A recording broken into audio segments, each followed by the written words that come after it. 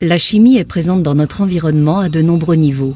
Les produits chimiques sont utilisés en grande quantité pour des activités de production, en manipulation,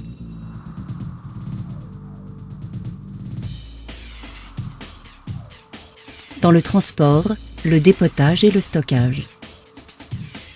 Leur utilisation présente des risques tels que celui de projection et de brûlure. Le thème que nous allons aborder dans le cadre de cette formation est le risque de projection chimique, d'apparition de la brûlure chimique et les moyens de secours d'urgence pour l'éviter ou la diminuer. La brûlure chimique est liée à la nature, à la concentration et au mode d'utilisation du produit chimique. Par contact direct avec la peau ou l'œil, ce sont les produits chimiques de type corrosif ou irritant qui induisent un risque de brûlure. La prévention et le port d'équipements de protection individuelle permettent de limiter ce risque de brûlure en évitant le contact entre la peau ou l'œil d'une part et l'agent chimique d'autre part. Bonjour, Michel Protet. Je suis superviseur environnement, hygiène et sécurité au sein de l'entreprise Alcoa Fastening System. Dans le cadre de nos activités de fabrication, nous employons différents produits chimiques. Pour prévenir les risques éventuels associés à ces produits, nous avons mis en place un programme de prévention et d'intervention. Des formations et exercices pratiques sont ainsi organisés pour l'équipe de sécurité et pour tous les utilisateurs de ces produits. Ces formations s'appuient sur une meilleure connaissance du risque et traitement de la brûlure chimique et visent à mieux comprendre l'importance du port des équipements de protection individuelle. N'oubliez pas, des équipements de protection individuelle et des produits de premier secours sont à votre disposition. Utilisez-les, ils peuvent vous sauver la vie. Cependant, des accidents sont toujours possibles. Si un accident a lieu, alors le contact induit un risque accru de brûlure. La brûlure chimique se caractérise par une destruction partielle ou totale des molécules, des cellules ou de la structure de la peau ou de l'œil. Cette destruction est engendrée par le produit chimique qui a pu pénétrer dans les tissus de la peau ou de l'œil. Ce film réalisé sur des cellules d'œil de lapin témoigne du caractère destructeur immédiat d'une soude qui est une base forte même à faible concentration. Ce sont donc les premiers instants qui suivent immédiatement la projection d'un produit chimique sur la peau ou sur l'œil qui vont être déterminants en termes de premier secours. En cas de projection de produits chimiques, la première mesure doit consister en un lavage d'urgence. Grâce au lavage d'urgence, le produit chimique va être dilué, ce qui va le rendre moins agressif. Son pH va être ramené progressivement vers une valeur plus acceptable dans le cas des acides et des bases. L'effet d'entraînement du lavage permet d'enlever une grande partie du produit de la peau ou de l'œil, environ 80 à 90%.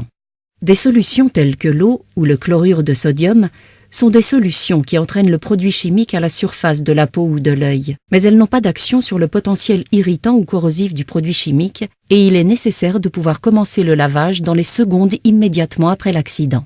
C'est afin de repousser ces limites qu'a été développée la diphotérine. La diphotérine est une solution active et polyvalente spécialement conçue pour la décontamination des projections chimiques. C'est une solution qui conserve l'effet d'entraînement de l'eau, mais c'est aussi une molécule dotée d'une capacité d'absorption permettant de stopper l'agressivité du produit chimique.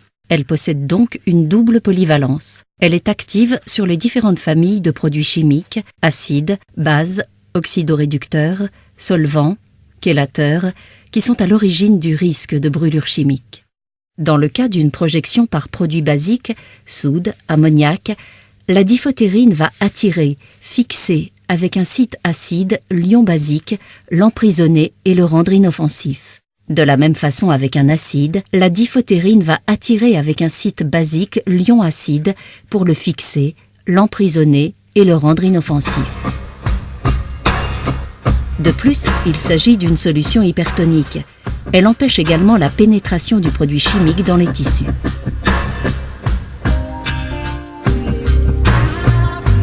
Afin d'illustrer son action, nous allons réaliser une petite expérience.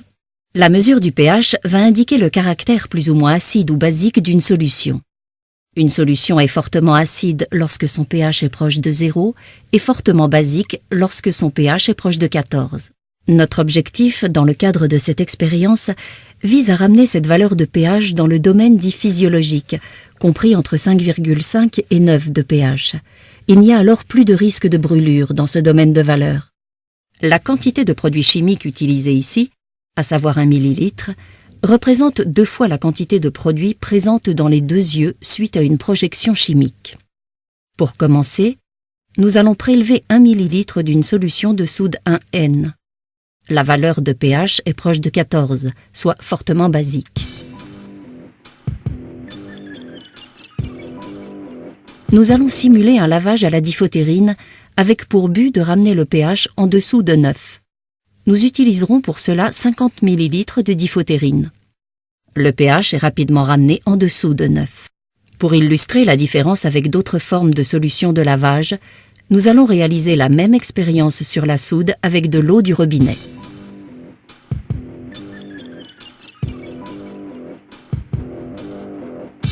Dans ce cas, la quantité d'eau nécessaire est importante, car l'eau ne permet qu'une dilution du produit chimique.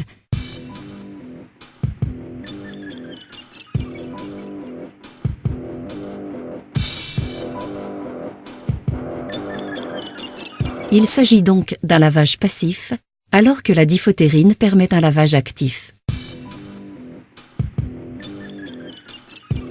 Nous allons maintenant procéder à la même expérience, cette fois avec un acide chlorhydrique.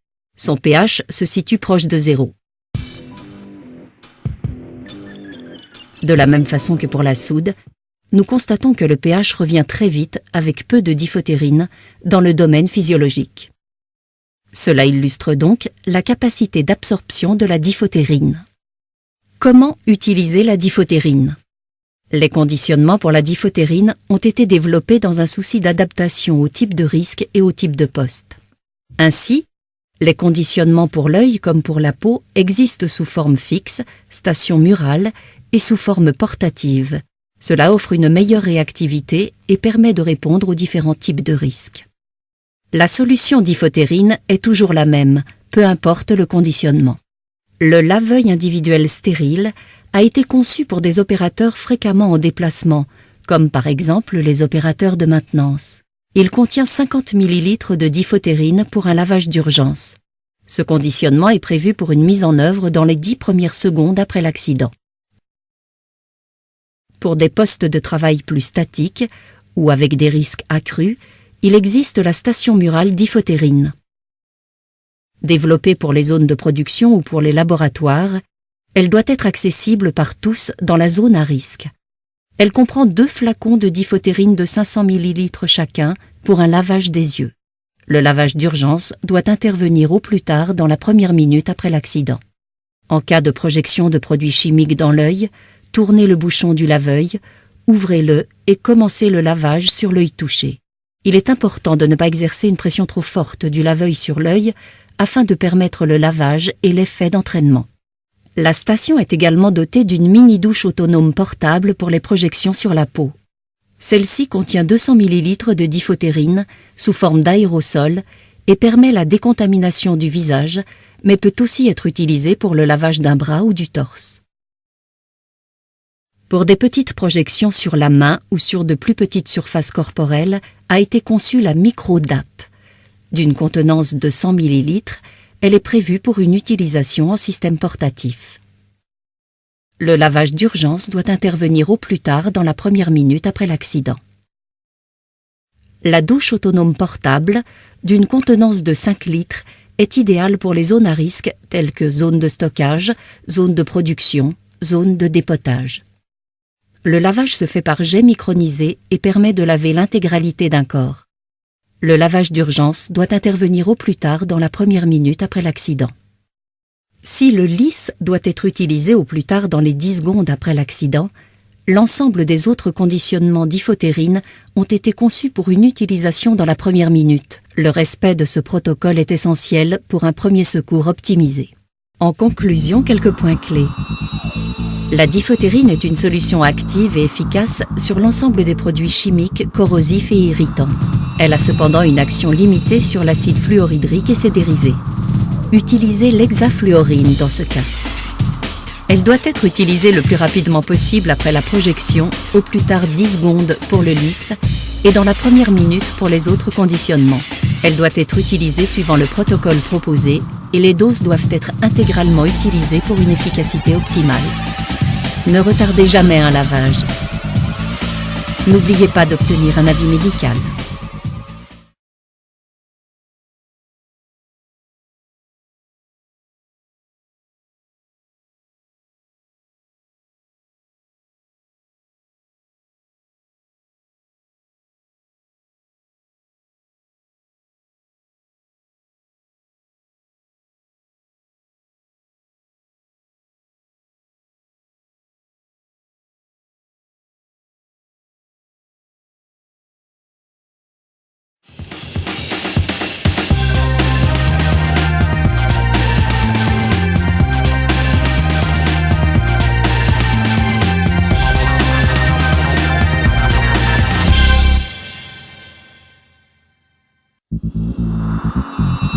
Le danger spécifique de l'acide fluorhydrique.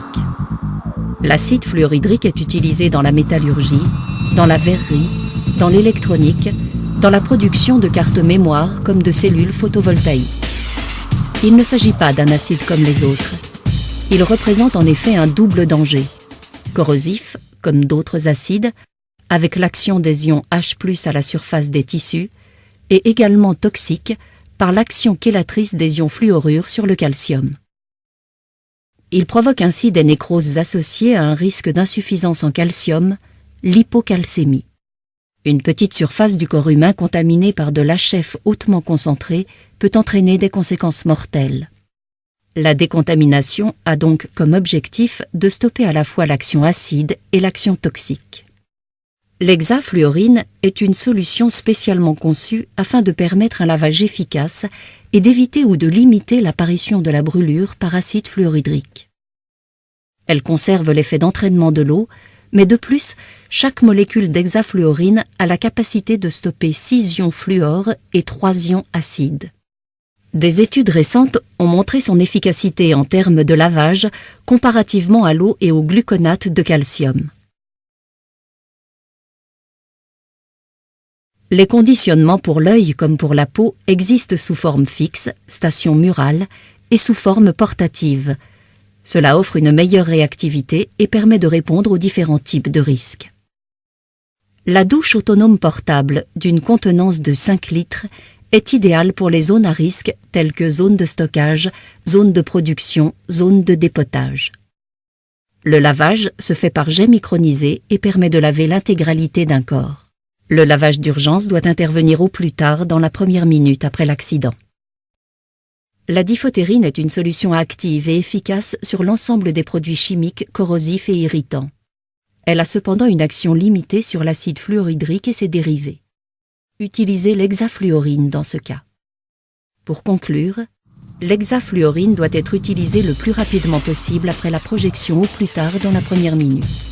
Elle doit être utilisée suivant le protocole proposé et les doses doivent être intégralement utilisées pour une efficacité optimale. Ne retardez jamais un lavage. N'oubliez pas d'obtenir un avis médical.